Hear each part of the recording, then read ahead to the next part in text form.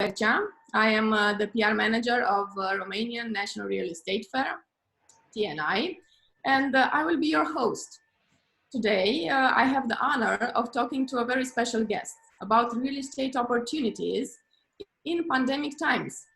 I am pleased to introduce you to David Flusberg, founder and former president of Adama Holding, current investor in New York City and Bucharest real estate markets. David Flusberg is an American investor and entrepreneur living in Bucharest. After graduating from Harvard in 1998, David began his career at the Boston Consulting Group, advising Fortune 500 companies from top management on strategic initiatives. In the year 2004, David co-founded a real estate developer in Bucharest called Adama. Everybody knows Adama. And he served as the company's president until 2010. Under David's leadership, Adama had 150 employees in 5 countries, constructed 1,600 apartments in Romania, and also was listed on the Tel Aviv Stock Exchange. Since 2012, David has served as an independent board director and investor in a variety of companies.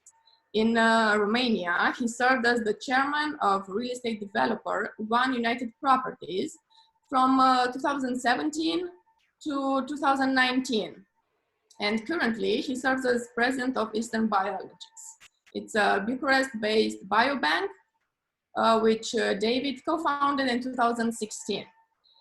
David is also co-founder of and principal of 925 Capital.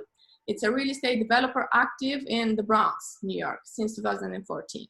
David, it's an honor and a pleasure to have you as a guest of the TNI webinar. Thank you very much for accepting our invitation. Thank you, Christina, for inviting me, and thank you for that beautiful introduction. Right now, I will just start asking you a lot of questions about opportunities in pandemic times. First, when you analyze the Romanian market, how do you see the strengths and also the weaknesses or challenges? Okay, well, Christina, I think now is an extremely interesting and really very uncertain time in the Romanian real estate market. And if anybody tells you that they know what's going to happen next, then it means they're either trying to buy something from you or sell something to you. So I can't tell you exactly what's going to happen, but I'll try to provide a few views on where I'm sitting and my observations over the years. The market, as we all know, has been moving quite positively for the past 6 years, and in particular in the last 2 to 3 years, there's been a lot of new investment. I personally think that the market has good fundamentals in terms of supply and demand and the overall investment climate in Romania. And when I make my own analysis and based on the research that I read, I don't think that prices in the market are fundamentally too high. And I also think that the market became quite internally stronger for many reasons over the years. And as we look at the market now, I don't see any obvious signs of very negative trends or panic. On the other hand, we all know that markets go in cycles, and 7 years since the recovery started in 2014, it's kind of a normal time frame to expect that things might turn in a negative direction. There's a lot of political and economic instability in the world, and the COVID crisis is definitely making things worse. Romania never existed in its own bubble. It's always influenced by other markets. And in the world right now, in the real estate markets, we are starting to see some signs of bad things happening. I can tell you personally, as an investor in New York City, it's a market which is really suffering a lot now, and deals are very hard to close there, and prices are already down 10 to 20% in many of the major segments. So I think that right now we're really in a wait and see mode. People in the market here are acting like nothing happened and everything is fine for the time being. And because of this, actually things might be fine because the psychology is very important. But it's also possible that this is kind of the calm period before a coming storm. And you know, the way I look at the market, it's quite simple. It always depends on two things. One is the liquidity in the market, the amount of money that's in the market, and also the psychology. So the big question with regards to liquidity is, will the investors stay in the market? Will the banks stay in the market? Or will the market sort of dry up like it did in 2008? And with regards to psychology, will there be bad news in the world, more bad news? And will the media in Romania push a negative story that people are going to start to believe, which could also cause a freeze like we saw in 2008? And that really remains to be seen. I can tell you that personally, I think things are very different now than they were in 2008. It's still hard for me to look at the situation in the world and to be extremely optimistic. I think in the long term, this is an attractive market, but I think that investors need to be quite careful and opportunistic right now. So you asked me why this market is attractive. And also what are the challenges that it faces. So from the standpoint of its attractiveness, this is a pretty big country. It's developed its own internal economy with its own services and products, which kind of has its own force. And that wasn't really the case 10 years ago. In particular, some really promising industries like IT and outsourcing have driven some areas of the market quite nicely. And you know, because of economic problems in other places like in Western Europe, we can expect that those other companies are going to need to keep cutting costs, and Romania will be a more attractive place for outsourcing and for IT. In specifically, when you look at the supply and demand, which is obviously a very big driver of any real estate market, you can see that Romania still has a very obvious gap between supply and demand, meaning the supply is small compared to the demand. There's a few sectors that I can mention specifically. So industrial and logistics is something which grew quite nicely over the years. And from what I've read, the stock of real estate space in industrial and logistics in Romania per capita, per population, is still 50% of the level of Poland, and 25% of the level of the Czech Republic. And the consumption patterns in Romania are quite similar to those two countries. So you would expect that we would need more of that kind of space in this country. Everybody is always very focused on residential, of course. And you know, it's still a fact, similar to you know, the fact how it was when I first came to Romania in 2004, that the country needs a lot more new buildings. There's still 50% of the buildings are more than 30 years old.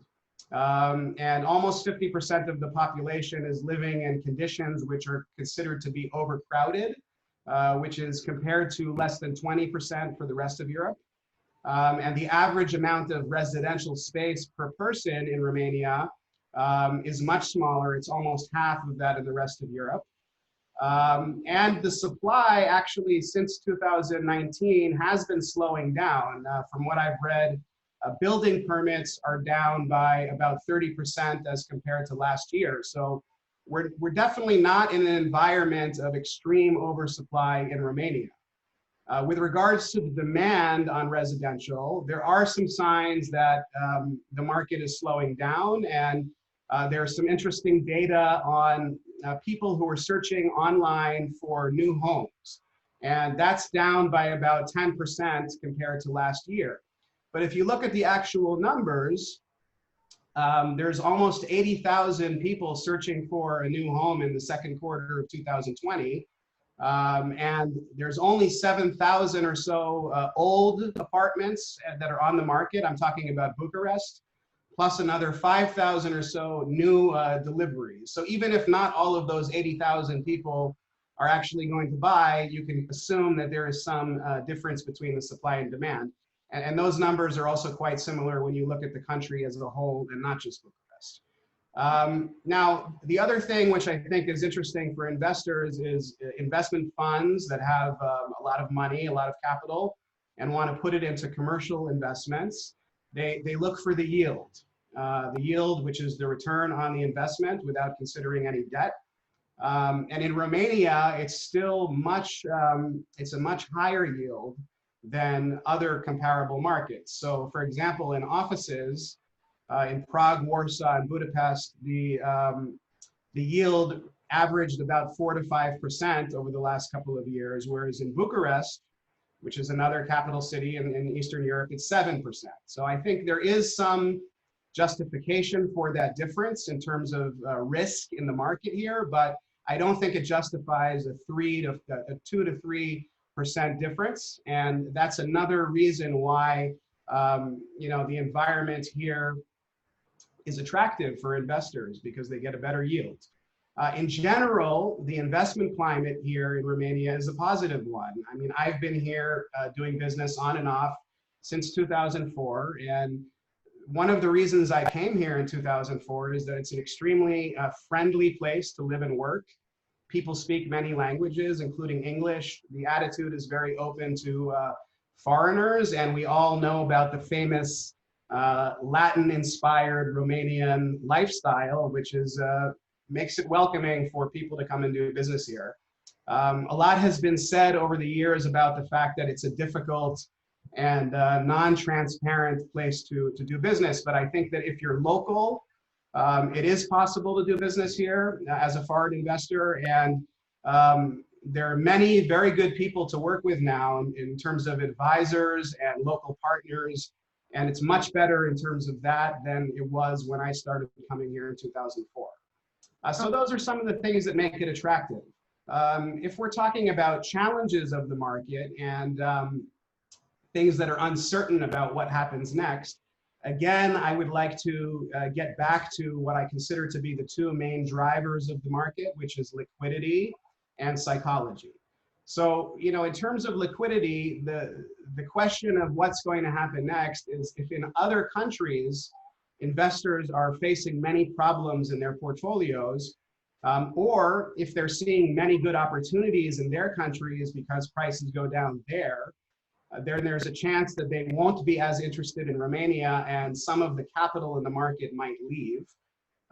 In terms of banks that are lending here, it's still quite similar to how it was in the last cycle, which is that the banks are mostly owned by foreign companies, foreign holding companies. So the decisions actually in times of crisis tend to get made at the higher level in the home country. And sometimes Romania can kind of fade into the distance and decisions don't get made here efficiently anymore. And then the market can freeze up if banks have a negative perception.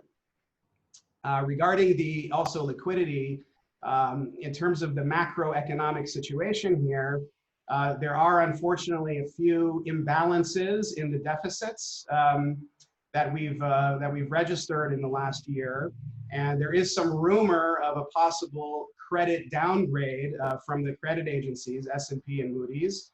And if that happens, it can have a pretty negative ripple effect on the liquidity in the economy as a whole, and for sure in real estate. In terms of the psychology of the market, as I mentioned, this is a very media-driven culture here, maybe more than other places.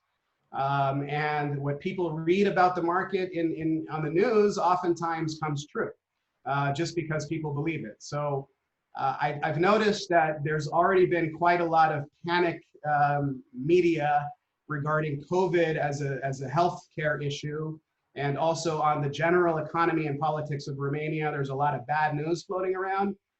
Interestingly, I haven't seen it yet being applied to the real estate market, as happened in 2008, where we just started hearing terrible things every single day. But if that does happen, then I could see a turn.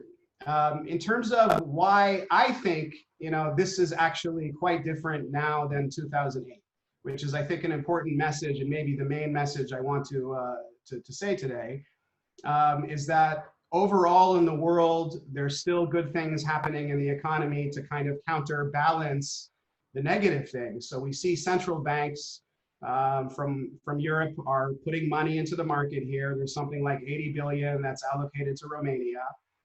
Interest rates are still very low, making real estate a attractive investment. And the labor market here is extremely attractive because it's highly educated and it's very cheap. It's actually cheaper now than China. So that would lead me to think that there could be an easier recovery in the job market here than maybe in some other places.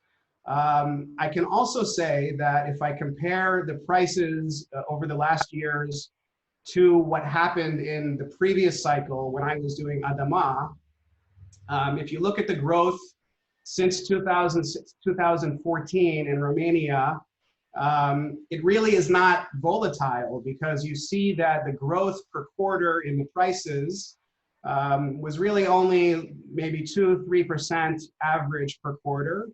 And per year over this cycle, it averaged around 10% growth per year.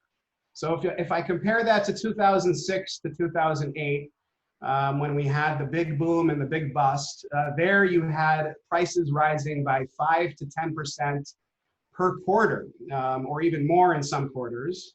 And just in the last quarter of 2007, prices rose by 15%. So again, a quarter is only 3 months. That's quite a dramatic increase. And then in 2008, all of a sudden, it started to fall by 5 to 10% per quarter. And in the fourth quarter of 2008, it was almost 20% drop in prices. So that's an extremely volatile situation for a 2-year period. And I haven't seen that in terms of the growth in the last 6 to 7 years. The other thing I want to point out as a comparison to the last cycle is that if you compare the market now to 2007, the purchasing power, meaning the power of the people to actually, the prices as compared to the salaries, if you adjust by inflation, which is the right way to do it, the purchasing power is more than double what it was in 2007. So even if apartment prices are significantly higher than they were in certain years, you know, the people probably can, a lot of people can probably still afford them. And just one example of that statistic is that in 2008, the ratio between an average size apartment to the average annual salary of a Romanian was 25:1. And in the last few years, it has actually stayed below 10:1. So that's a very big difference in real estate purchasing power. We all know that Romanians like to invest in real estate. They like to own apartments. There's really no stock market here that's a good alternative for people to invest their money. And I've seen that almost 50% of the sales in many projects are actually Romanian investors who just want to have a rental income on the side of their job. And because of that culture, I think it's something that over the years has strengthened the market here. Again, getting back to liquidity and psychology, and I'm sorry to keep repeating the same themes here, but compared to 2008, the attitude here is a lot more mature than it was back then. It was very speculative back then. And if you remember, in 2008, it was only 1 year since Romania joined the EU. So it was a really immature market. Now it's been 13 years. And a lot of local people have joined the market, and actually a lot of the best companies now that I see in real estate are not foreigners, they're Romanians. And that's a big difference because they have money and they have experience with what it means to have a crisis and what it means to have a recovery, and they rely less on what foreigners are going to tell them to do. So if prices will fall, then I think local investors who have money will be pretty quick to act, and that will prevent such a crash like we had last time. And if you just look overall, the economic confidence indexes that are tracked in Romania, they're not down so much now. So that's a good sign. 2008, I lived through it. It was one of the most speculative bubbles you'll ever see. I just remember my own company, Adama, between 2006 and 2008, the valuation, which was what people thought the company was worth on paper, it went up 5 times from 2006 to 2008, and then it went back down 5 times the next year. So that was pretty extreme. And there was a big problem then in the market, which I think is less so today, which is what I call over leverage, which basically means people were investing in real estate with a lot of debt. People were buying land with loans from banks. And even if we look at the equity that they were putting into these acquisitions, a lot of times it was money that was borrowed also, because it was corporate loans to their holding company, or Adama raised bonds, which is another debt instrument on the foreign stock market. And when there's too much debt, that can lead to a big crisis. And that's actually what caused the last crisis in the world, was over leverage. I think now it's not quite the same situation. I don't see investors buying land with bank debt. You know, and there's, like I said, there's fewer foreign investors that are really driving things here and more locals. The foreigners, unfortunately, back then in 2008, had a lot of short-term incentives. There were structures in their companies which were basically designed to pay fees to the CEO just for buying more things. And that's not the case anymore in the structures that I see. So what are real estate investors looking for at this moment in our context? Right. So I apologize for talking so long about that topic, and that's actually what I'll tell you about now. So what I see foreign investors looking, or investors in general, there's really 2 categories. They're mainly the investors that have already been doing business here, and they have already deep investments in projects, and they have operations that are set up, and they have relationships set up. Some of them are local, some of them are foreign, and they kind of need to continue doing business as usual, and they tend not to panic as much and not to be looking for such a deal, because they understand the fundamentals here. And what I see them really doing right now is focusing a lot on their business plans, making adjustments to their business plans based on you know, possible scenarios going forward, and spending a lot of time, if they need to renegotiate some aspects of their financing, which is very important, and looking for new opportunities, but the expectations of those opportunities are in line with the market realities right now. There is another class of investors, and there always will be, and I've seen them showing up more and more, which are distressed investors. When they hear there's a crisis, they come to the country, they fly in on planes, and they look for discounts of 25 to 50%. And you know, there's not really a lot of logic that's behind that number, but it just sounds very cheap to them, so they say that's what they want. Those people haven't found anything yet, but you know, they can be patient, and they might find things if they're looking very hard. And I don't blame them for being patient and looking for very deep discounts, because there might be some. But in general, I haven't seen investors running away from the market. I see investors looking for opportunities. Okay, so since you've talked about opportunities, what opportunities do you see in the market across the different market segments?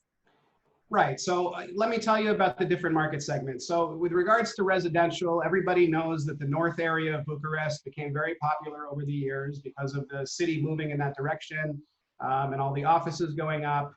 There's also discussion of a new PUZ for Sector 1, which could improve all those areas like Pipeda, Floreasca, Herăstrău, Aviație, even Sisești.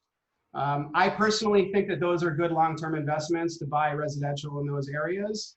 I haven't seen prices dropping yet, but I do believe that in the next few months, we will see discounts. Maybe not huge discounts, but nice discounts. And I think rents also will go down, because there's been a lot of supply over the last couple of years that was going to Airbnb and that kind of thing. And now it's going to be rented to normal people, and the rents could go down. I think in the long term, rents in the Bucharest North are going to go up and converge with other European capitals. So I think it's a good place to invest. I've heard quite a lot about Cluj and Iași, which, you know, it makes sense just to follow where the IT workers, the smart guys are living. Cluj is a very interesting place because of the culture and the access there. A lot of IT going on there, and actually the price in Cluj, the average price for an apartment is significantly higher than it is in Bucharest. So if the prices in Cluj fall, I think investors would want to look there as a good future place. Iași is also interesting as a future IT hub, and the prices are quite cheap there, much cheaper than in Bucharest or Cluj. If we're talking about middle or lower class residential, so not in the north area, I think there's more likelihood that land prices in those areas are going to fall. Construction costs are definitely going to go down because of the global economy. Materials will be cheaper. There's many workers coming back to Romania, which will make labor easier to get. And there's still a very large demand in the medium term for big projects on the outskirts. It's important, of course, to focus on quality when you're developing something like that. But I see the government is still stimulating that segment with the renewal of Prima Casa, which is a good sign. Outside of the cities, villas seems to be going up. And I'm talking about houses that are not in apartment buildings. People want more space. People want more comfort. There's this new program called Casa Noua, which supports investments of 140,000 in such a new home for people.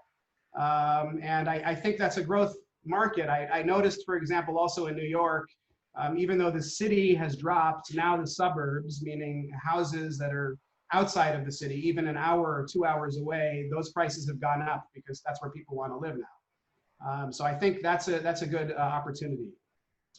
I think logistics and distribution continues to be interesting because of the explosive growth of online retail, and because a lot of manufacturing is actually coming back to the region from some of the farther places that it was. And there's apparently a new ring road project in Bucharest, which could stimulate more development in that area. But it's important as an investor to get land very cheap to make money on such a project. And you need to have the right leasing and management capabilities. Hotels is something that people will definitely look at in this time, just because hotels, obviously the business is very bad now. There's a 30% occupancy rate. Hotels actually usually lose money until they reach at least 40 to 50%. So right now they're losing money, and probably some investors will buy them as long as they have the capital to keep them alive until all of the travel restrictions and the fear of lockdowns starts to diminish. Offices, apparently the vacancy rate has risen significantly since last year. The demand is down by 50%.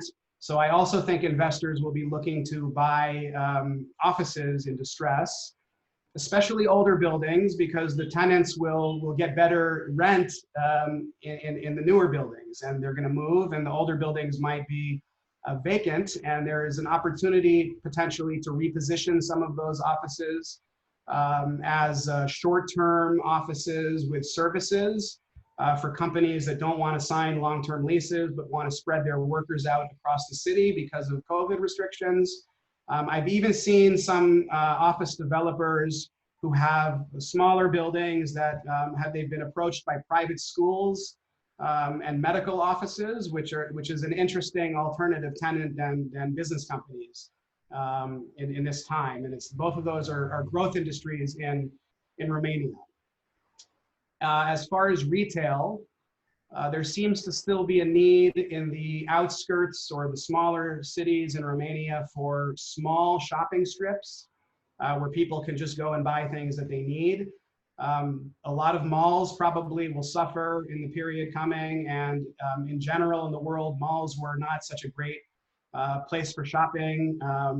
Long term, they become more of an entertainment hub. So I think some malls are going to close, but developers are still going to be building the small shopping centers. And if you are a retail company right now, it's actually a very good time in a mall or in a shopping center to get spaces, because they were hard to get in the last couple of years, and now you can probably get them more easily even with a discount on the price. Finally, everybody's always interested in land. The truth is, until now, prices have not dropped much or at all of land because the sellers, the owners of the land, usually don't have debt. So they're not under a lot of pressure to sell, and they know that whoever buys the land will take them 2 to 3 years anyways to build their project. So people expect the crisis will recover in 2 to 3 years, and no one wants to drop the price now. But with land, it's a very inefficient market, and especially in Romania, where the zoning is very, very uncertain, and you have to have a lot of deep knowledge about legal situations and zoning situations. So there's always going to be pockets of opportunity for investors to buy good lands if they look hard enough and if they have the right advisors working for them. Okay, so what general advice can you give to investors? Right. So, it depends if you already have your machine operating or if you are new to the market. If you already have the business running here, then I think in times of uncertainty, it's always good to focus on reducing your overhead, not to just burn money with people in the office that you don't need, unfortunately, and looking very closely at your cash flow models and doing what's called a stress test, meaning create very negative scenarios that could happen and make sure that you don't run out of money.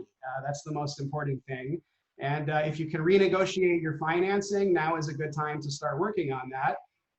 Also, if you can clean up your shareholder structure, meaning some shareholders who have other priorities or more afraid of the market, you can buy them out. I think those are good things to work on now before we see what happens next. If you're new to the market, I think it's just very good to be patient and look for the right opportunities. If you're looking for very cheap properties, you don't have them yet, but you need to start being in contact with the banks now to develop the relationships to see what's going to come.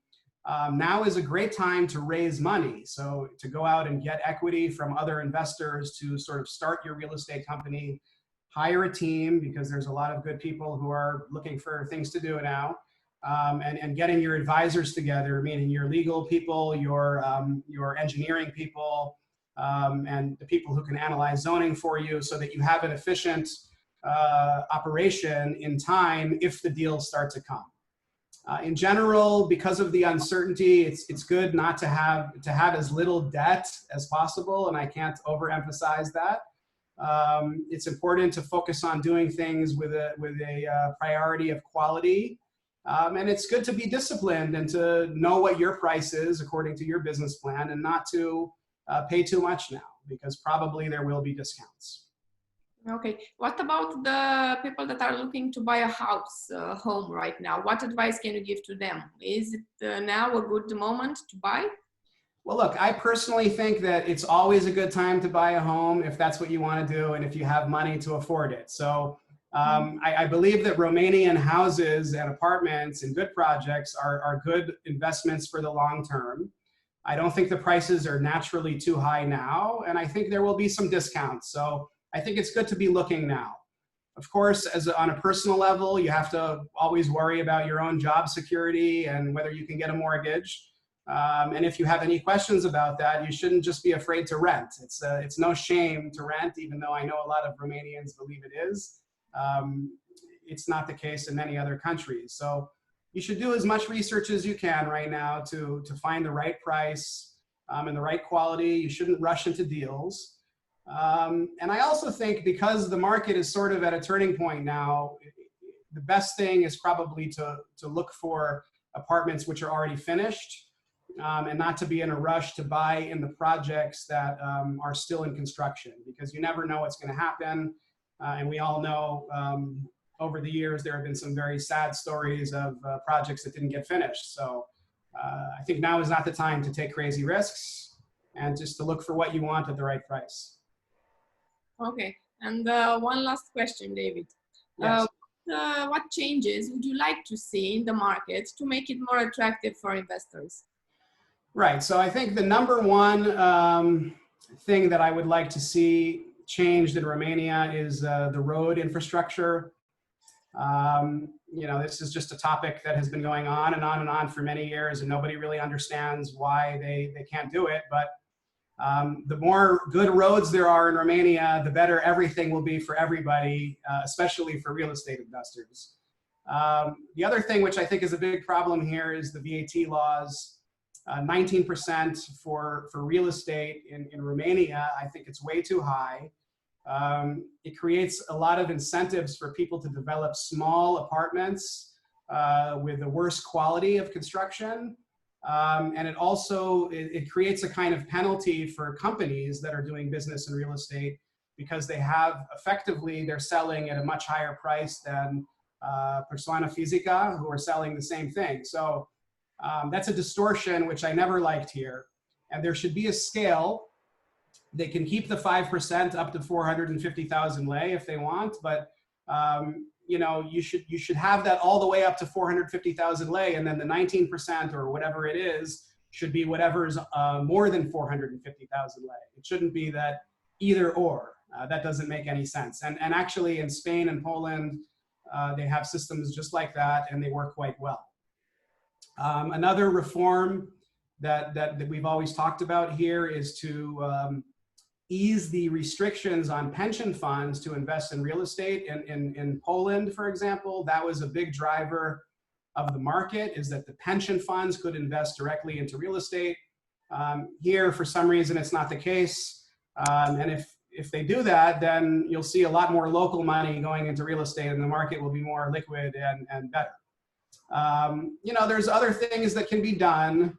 I think enforcing parking rules in the city, and unfortunately making people pay for parking, and having more public parking spaces, and then letting developers develop maybe in some places without parking or without so much parking underground. It would make the economics of the business much more attractive. There's also some laws actually in Israel, which I like very much. It's called Pinui Binui, which roughly translates to evict and build. It's not as bad as it sounds, because basically in the old buildings, because Israel also has a lot of kind of communist era buildings, there's a law that if 80% of the people who live in the building agree, then they can force all of the people in the building to sell the building to a developer, who then has to rent them another apartment somewhere else while he demolishes the building and builds a nice big tower. And then they get an apartment in the tower. So they might have to wait a few years, but it turns out usually to be a good deal for them. And it's not fair that a small number of people can prevent the city from evolving in some of those places. So, you know, this city is full of old buildings that are in really bad condition, but are in amazing locations. And it would be nice to see some of those land plots freeing up and things evolving. And then just the final thing that I'll say about Romania is that it's a good opportunity, because of the strong IT sector here, to focus now on digitizing more of the economy. It's a worldwide trend. And of course, with COVID, it becomes more necessary to do that. And I think they should invest in simplifying the bureaucracy a little bit, so you don't need so many procedures and signatures. A little bit less time at the government offices and the notaries would be nice. And finally, just, you know, when things go online, I know what I love about real estate in America is that it's so transparent. So any property that you'll find in a city, you can just go on a website and you'll find all the information about it, all of the ownership history, all of the zoning, and you'll also find websites that will give you comps. What I mean is they'll compare that property to other properties that were actually sold in the last period, not just asking prices. So you can really see what you're buying and whether it's worth it to you. And it just makes things so much more efficient. And with all the technology over here, Romania can certainly do that. And it would take a lot of the hassle out of buying property here, because it really is a big effort to make sure you don't get screwed, basically. Okay. David, thank you very much, first of all, for your time and for sharing all this information with us. It was an honor to have you as guest on this TNI webinar. Thank you. Okay. And I want to say thank you to all our followers. And I hope to see you again in the next TNI webinar that will take place next week on Thursday at 12, as you are already used to it. And until then, I wish you a great time and a very pleasant day. Thank you, Christina. Thanks for having me. Thank you. Have a nice day. Bye.